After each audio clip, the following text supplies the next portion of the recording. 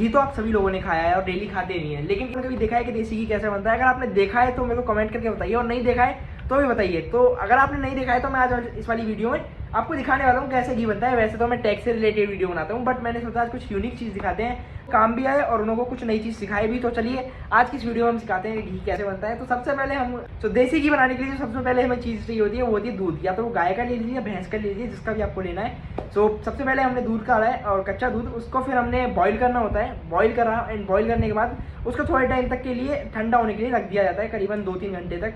और उसके ऊपर एक लेयर बन जाती है जिसे हम मलाई बोलते हैं। उस मलाई को एक्सट्रैक्ट किया जाता है और उसे कुछ 2-3 दिन तक स्टोर करके रखते हैं, 3-4 दिन की मलाई को एक साथ। उस मलाई को एक्सट्रैक्ट करने के बाद हम 4-5 दिन तक एक्सट्रैक्ट करते हैं, फिर उसको स्टोर करके रख देते हैं फ्रिज में, जो खराब ना होए।